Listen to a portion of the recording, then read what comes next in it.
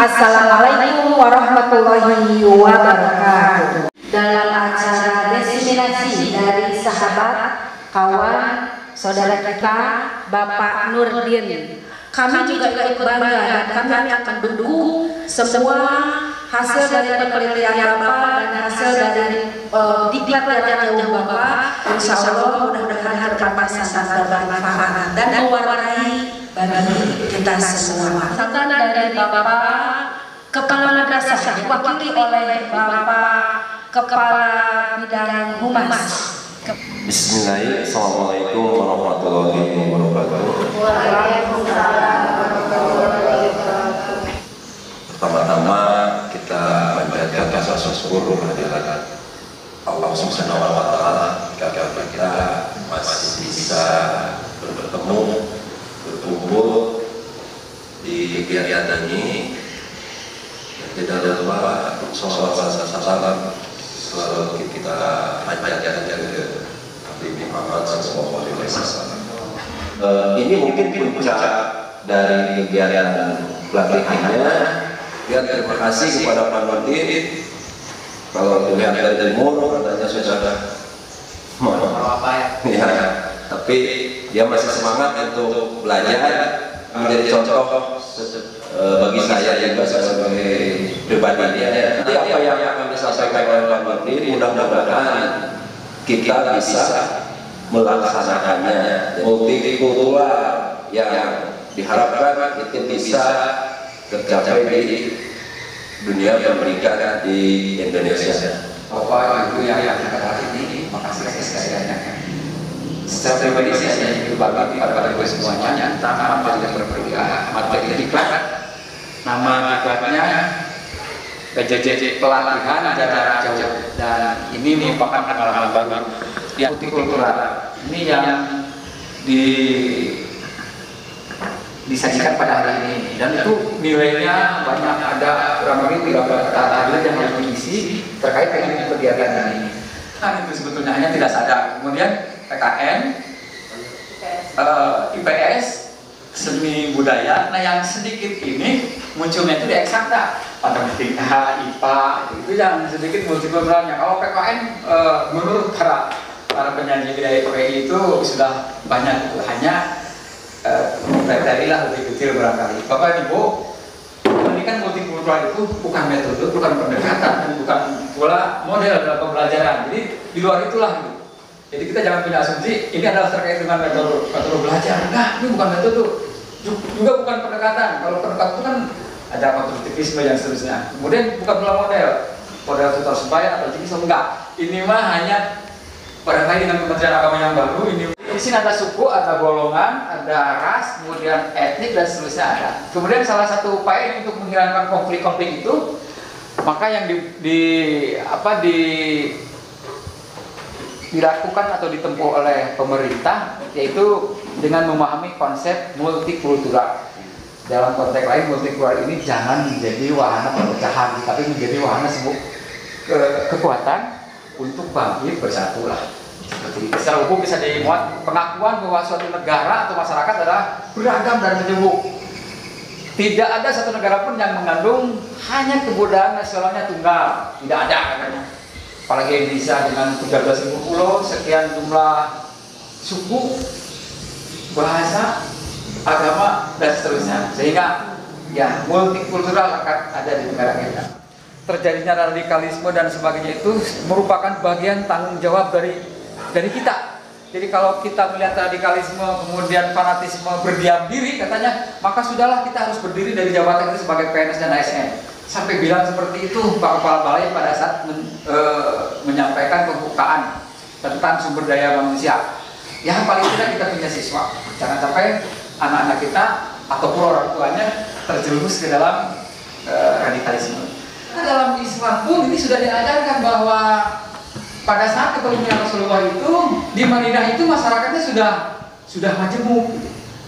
Katanya di sana itu sudah ada suku Aus, ada orang Afrika, Romagia, Amerika, itu yang hafalnya. Yang sangat ragam agamanya nampak, ada Islam, ada Yahudi, ada Nasrani. Mungkin di luar itu ada, kalau kata Pak Ustadz, agama-agama yang apa Majusi itu apa bahasanya? Majusi juga lama ya. Nah itu sudah ada pada saat itu di sana juga. Kemudian budayanya yang jauh berbeda itu adalah budaya di Makkah dengan di Yasrib katanya. Kalau Yasrib ini Madinah ya, Yasrib ya. Nah itu keteraturannya sangat lekat. Surat 9 itu ya, ayat 13 inilah. Itu ya Al-Hujurat ya. Itu ceritanya bahwa secara normatif itu telah menguraikan tentang kesetaraan dan persamaan dalam kehidupan sosial. Jadi tidak diskriminasi kelompok lain. Itu sudah termasuk dalam eksistensi kita. Kemudian untuk menyampaikan terlebih Kementerian Agama membidangi tentang pendidikan, madrasah-madrasah harus memberikan pengetahuan kepada semua yang terkait tentang pendidikan multikultural.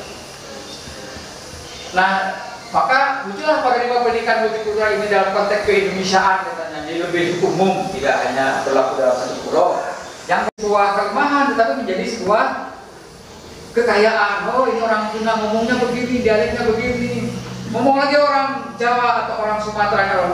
Nah ini itu yang dimaksudkan secara kultur itu untuk mengatasi berbagai permasalahan sosial. Jadi udah tidak usah dipersoalkan dalam kehidupan. Assalamualaikum warahmatullahi wabarakatuh.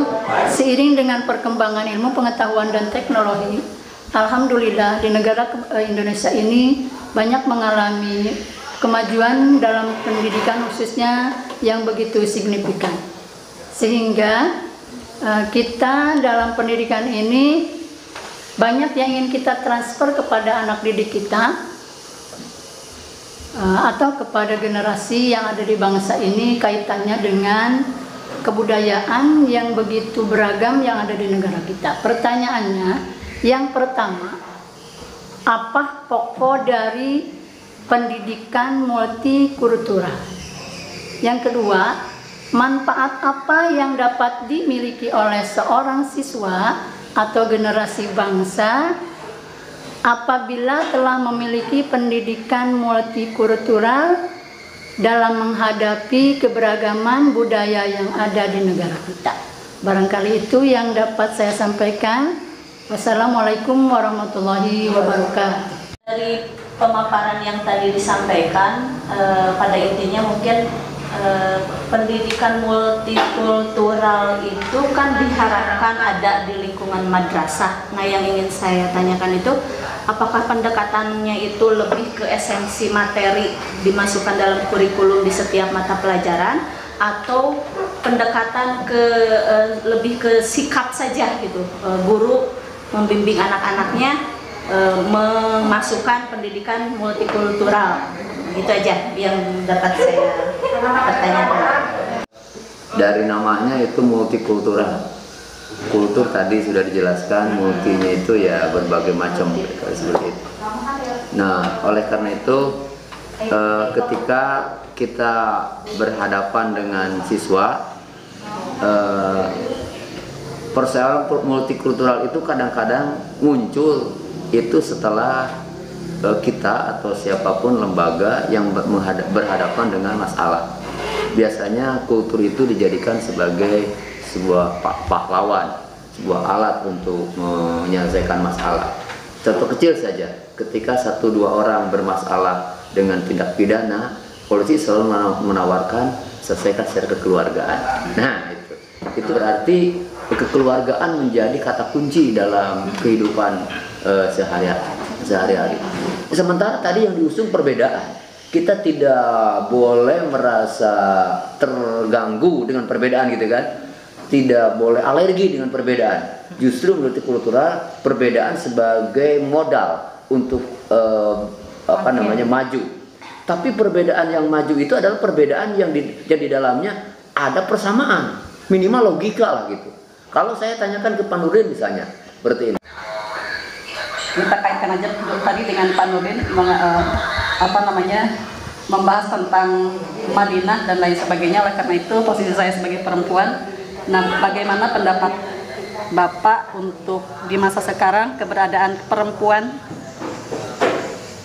perbedaannya dengan Siti Khadijah?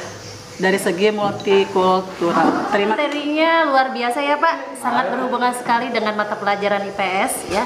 Ini banyak dibahas di IPS tentang beraneka ragamnya budaya, baik etnik maupun ras. Tadi Bapak sudah singgung. Saya ingin bertanya, esensi pendidikan itu kan kita mengajarkan kepada anak-anak untuk tidak mengenal kekerasan. Ya, salah satunya begitu. Tetapi saya melihat masih ada suku bangsa yang menjunjung adat istiadatnya itu, misalkan upacara-upacara adat yang mengandung unsur kekerasan.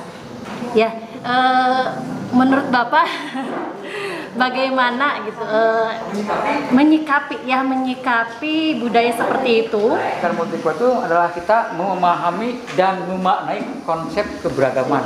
Itu saja. Ragam anak yang ada di kelas kita itu jadikan sebagai sebuah kekayaan. Begitu juga ragam keberagaman mencerna dari sisi tingkat kecerdasan. Ada anak yang lambat, yang biasa. Nah, itu juga sama. Jadikan itu adalah sebuah kekayaan. Hanya di tayangan selanjutnya nanti ada bahwa implementasi kurikulum pendidikan multikultural itu nanti pemerintah akan berupaya memasukkan ke dalam kurikulum. Oh, gitu. Ya, tetapi sebetulnya itu sudah ada.